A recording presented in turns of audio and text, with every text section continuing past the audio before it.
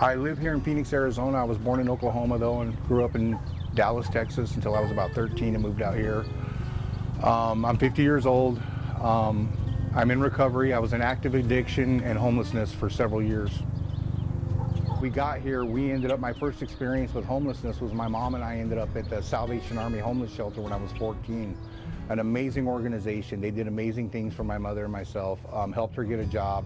My mom was always a functioning addict, so she was able to hold down a job with the state of Arizona for like 20 years, you know, and then on top of that, when I was experiencing homelessness in 2018, my mother passed away, and I was introduced to the Aris Foundation by some friends who were also on the streets.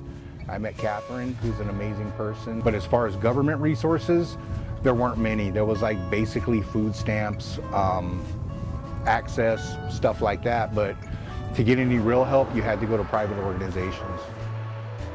Right, so actually I think I met Thomas in this very park at JC Park, and it was probably around 5-6 years ago or so, and he was knee deep in the community. So there is a very large homeless community within Tempe. There's a lot of resources. People can blend in with the backpacks. They can get food in the dumpsters. They can get food along Mill Avenue. So there is quite a big population down here. Up until a few years ago, everybody was camping down in the river bottom, and that's where Thomas was. His street name is Mohican, so that's what, if I slip and call him Mo, that's why. And Mo used to come out because right in this very park, we would feed about 200 to 225 people every Tuesday night. He was one of those guys.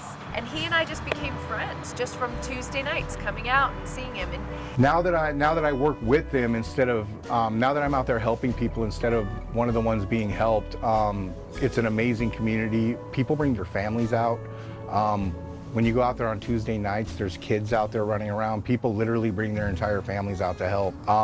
We have these events where we go and we clean the warehouse, you know, and Katherine shows up with donuts and coffee for everyone.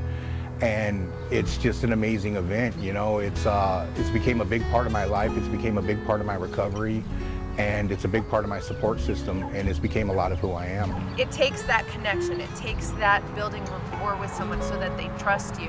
And then when they reach the point where they are just absolutely done, that's when we can jump into gear and help them with all those things that they need in order to not be homeless anymore.